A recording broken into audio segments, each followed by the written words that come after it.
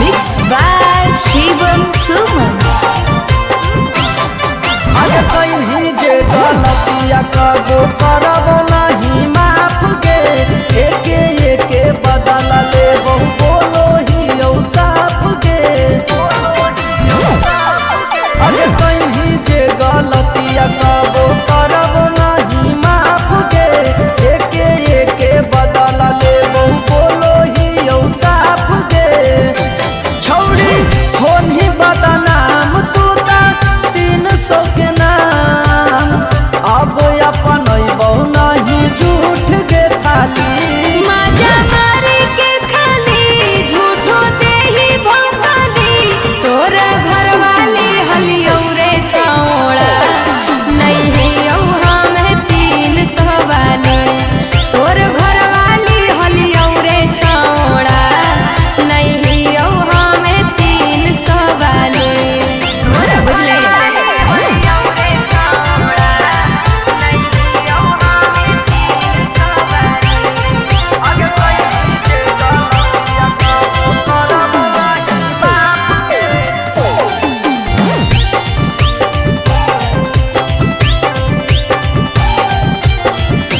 पूरा पटाना में छौरी होली गेली बदनाम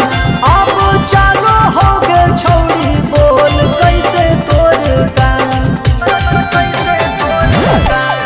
हेरे बोले छौड़ा कम समझाबो हियो हम काहे लागो हो नहीं छौड़ा तोरा तनी को शरम अब आदत होलो गंदा तोर बा दल गेलो धंधा दूरे अब हट जो हाली मजा मारे के खाली झूठो दे ही भोगाली तोरा घर वाली हलियो रे छौड़ा नहीं हियो हम 300 वाले तोर घर वाली हलियो रे छौड़ा नहीं हियो हम 300 वाले बुझले